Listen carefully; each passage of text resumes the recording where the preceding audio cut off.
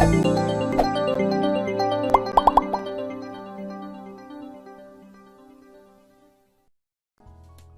datang kembali di mata kuliah pengukuran dan kualitas perangkat lunak.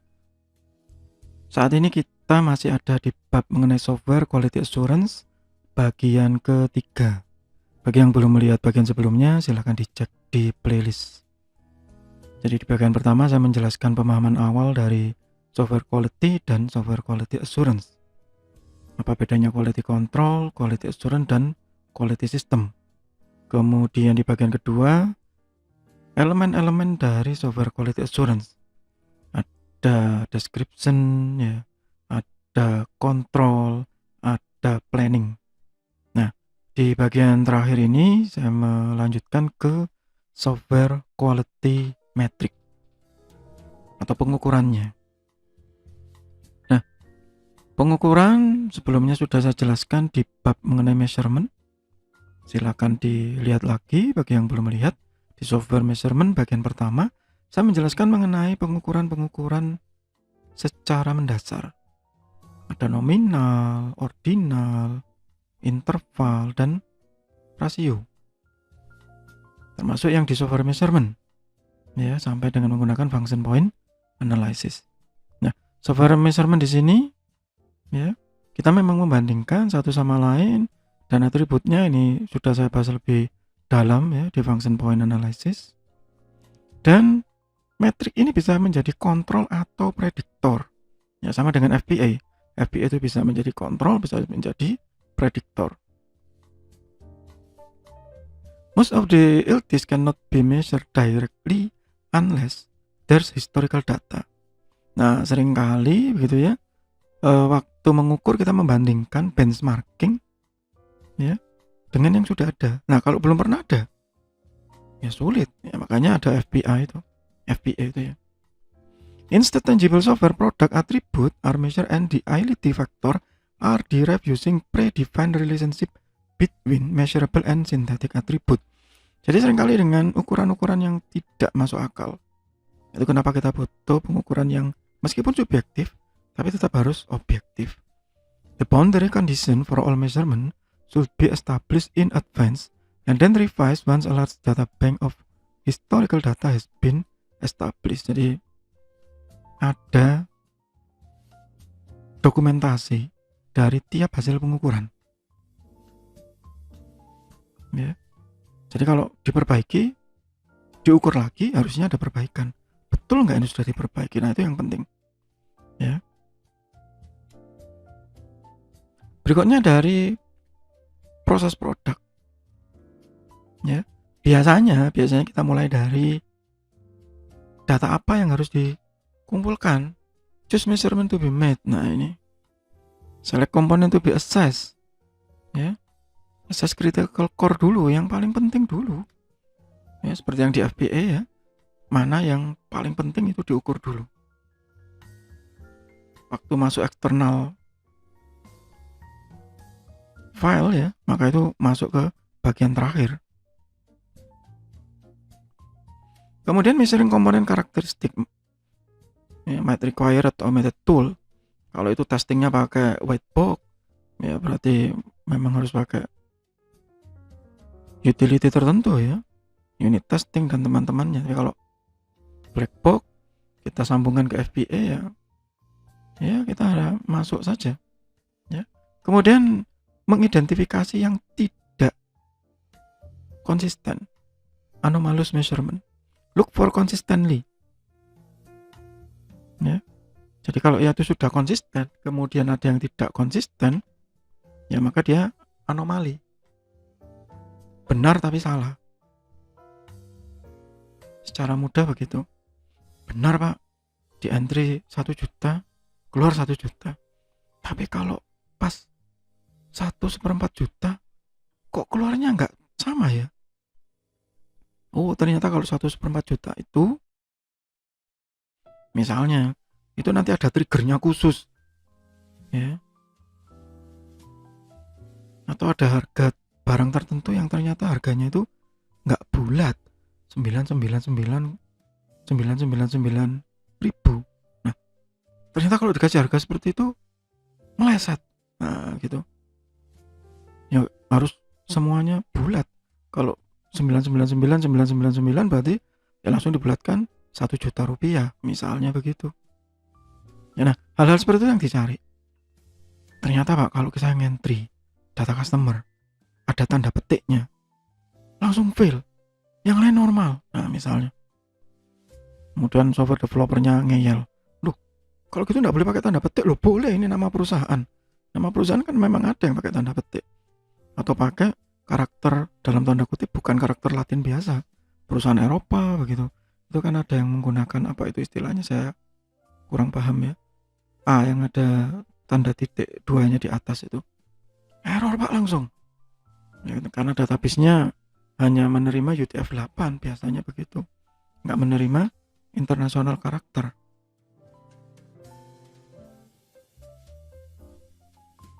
Nah, kemudian untuk prediktor. Nah, ini yang sudah saya jelaskan juga di FBA ya sebelumnya.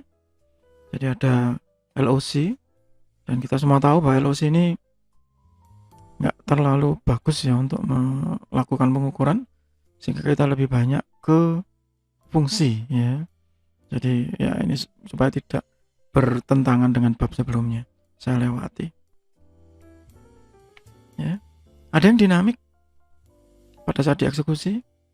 Ini mementingkan efisiensi dan reliability ya, dan diukur secara detail execution time, mean time between failure ya, atau static metric. Nah ini black box.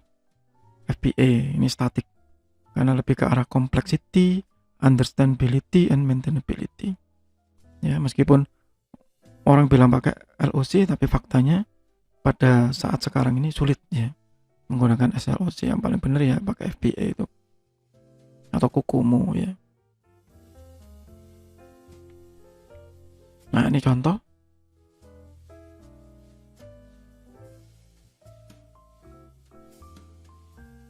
Ada banyak sebenarnya ya. Saya tidak menjelaskan satu persatu. Ini saya ambil dari scan buku ya, makanya agak buram. Ada fan in fan out, ada LOC length of code, ada cyclomatic ya, ada fog index ya. Kemudian yang lain lagi ada menggunakan tree.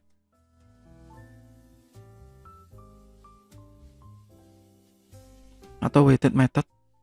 Ya, ini weighted method mirip-mirip seperti FBA ya. Number of operating operation. Oke. Ini kalau kita tahu source code-nya ya, white box. Jadi tahu object oriented-nya begitu. Nah, defect prevention. Jadi intinya dari semua, dari software quality tadi kan, kita sebisa mungkin mencegah defect, mencegah kerusakan, mencegah loh ya. Kalau ternyata terjadi ya di luar kuasa kita begitu ya, tetapi kita sudah berusaha semaksimal mungkin itu ya. Kalau orang-orang biasanya bilang ya bekerja dan berdoa gitu ya, harus ikhtiar dan berdoa juga. Kita harus berusaha. Mau nyebrang jalan ya berusaha. Kalau ada jembatan penyeberangan ya jembatan penyeberangan. Kalau nggak ada ya usahakan di zebra cross. Usahakan pada saat lampu merah. Saya tuh sudah nyebrang di zebra cross Pak. Sudah di lampu merah, pada saat lampu merah ternyata ada motor nyelonong di lampu merah, ketabrak. Nah itu di luar kuasa kita ya. Sama dengan software ini, saya sudah berusaha mencegah semuanya. Ternyata setelah ada lonjakan listrik, database-nya rusak semua, sehingga error waktu di entry. Nah itu sudah di luar kendali kita kan ya. Tapi yang penting ada defect prevention, establishment of practice that lower the reliance on defect detection technique to find majority of the bug. Minimal bug yang major, yang besar hilang. Kalau ada minor yang tersisa ya itu manusiawi masih, asal jangan banyak-banyak. Lesson learn, kalau sudah ada yang terjadi ya kita belajar. Jangan terperosok di lubang yang sama lebih dari satu kali. Managing with metric. Metriknya harus standar. Sekali pakai FPA, semua pakai FPA. Risk analysis, nah ini beda lagi. Kita harus menganalisis risiko. Anda bisa cek ini di playlist saya mengenai disaster recovery planning. Di situ ada manajemen risiko. Build freeze, no change are made to the code during formal test. Jadi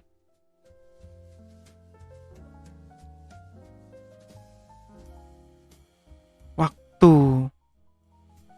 testing jangan diapa-apain dulu biar kita tahu. Jangan ditambahin dulu, berhenti dulu. Ini kebiasaan teman-teman yang muda-muda itu ya.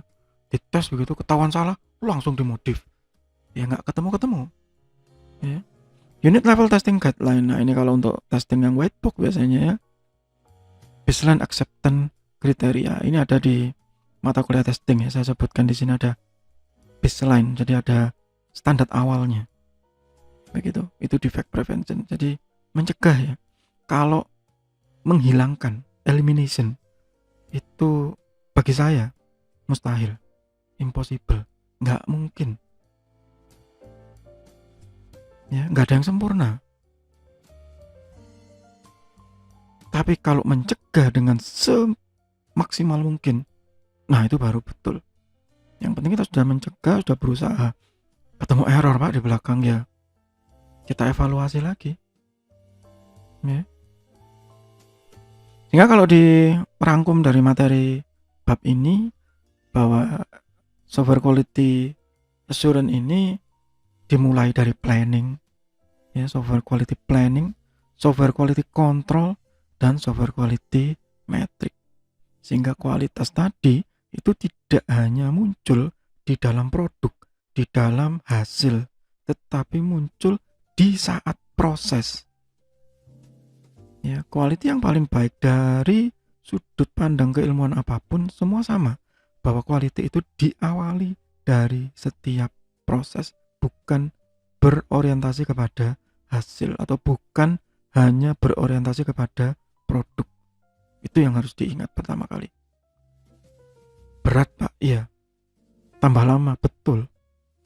Tetapi hasilnya seharusnya jauh lebih baik.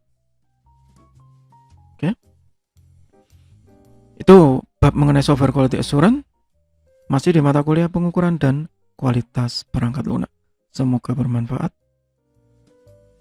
Tetap sehat, tetap semangat. Terima kasih.